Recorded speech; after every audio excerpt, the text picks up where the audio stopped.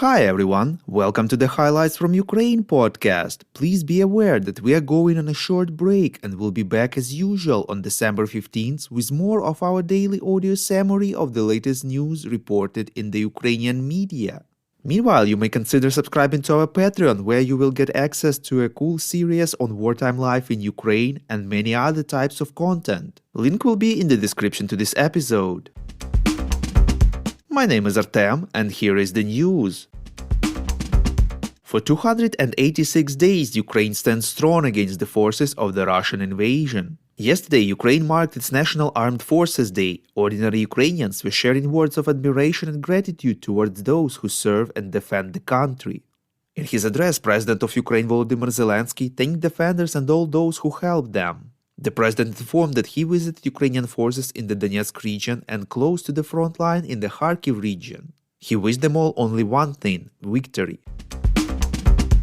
Defense Minister of Ukraine Oleksiy Reznikov stated that there is currently no need of having another wave of mobilization in Ukraine, reports Ukrainska Pravda. He stressed that Ukraine has enough personnel in the armed forces and in general in the security and defense sector at the moment. This was Reznikov's reply to a question whether Ukraine was going to intensify the mobilization in relation to a possible second wave of mobilization in Russia. The minister also commented on the petition to allow people who have served for more than a year in the armed forces to be demobilized and return home. Reznikov believes that it will greatly harm Ukraine's defense capabilities. Quote, "Imagine, today we have about 1 million people serving. Imagine letting 1 million go, recruiting another million and teaching them, preparing them." Unquote. According to him, the parliament has a more constructive approach, a draft law that the ministry supports, the possibility of granting vacations for the military for a certain period of time, the possibility to rest and restore. Ukraine returned 60 of its military from Russian captivity in the result of another prisoner exchange, reports Channel 24. According to the head of the President's Office of Ukraine, Andriy Yermak, among them are soldiers of the armed forces, the National Guard and the State Border Guard Service, 58 men and 2 women. Chief of the main intelligence directorate Kyrylo Budanov assessed that Russia still has missiles for several more large-scale missile attacks on Ukraine, reports LBUA. According to him, Russia's reserves of high-precision weapons are already running low, but the Kremlin probably decided to use all of them. Budanov acknowledged that Russia is still capable of producing new missiles, but emphasized that their production capacities are absolutely minuscule compared to the amount they use.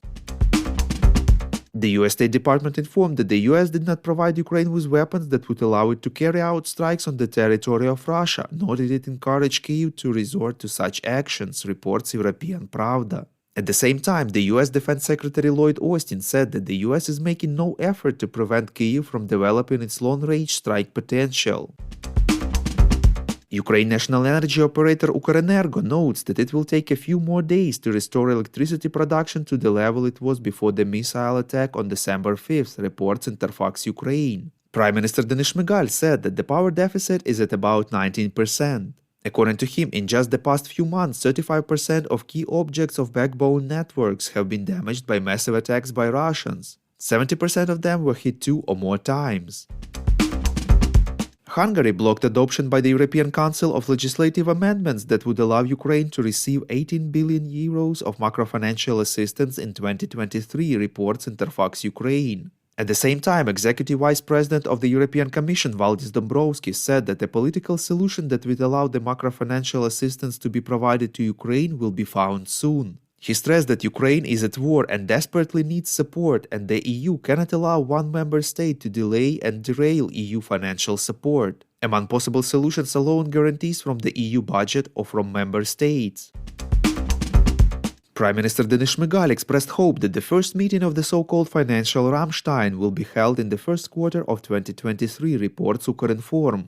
Financial Ramstein is a format suggested by Ukraine and designed after Defense Ramstein, a group of defense officials from different countries chaired by the US that ensures and coordinates international military support for Ukraine. The Prime Minister said that work is already underway to have the meeting of the Financial Ramstein at the level of the European Commission and at the level of financial organizations and the G7. If you like what we do and would like to tip us, you can now do so directly to our PayPal. Check out the link in the description to this episode for more details. And as usual, you can subscribe to our Patreon. In gratitude for your help, we will give you access to a series of exclusive episodes on wartime life in Ukraine. We call on you to demand from governments of your countries to impose the toughest sanctions possible on Russia and its citizens to stop their invasion of Ukraine.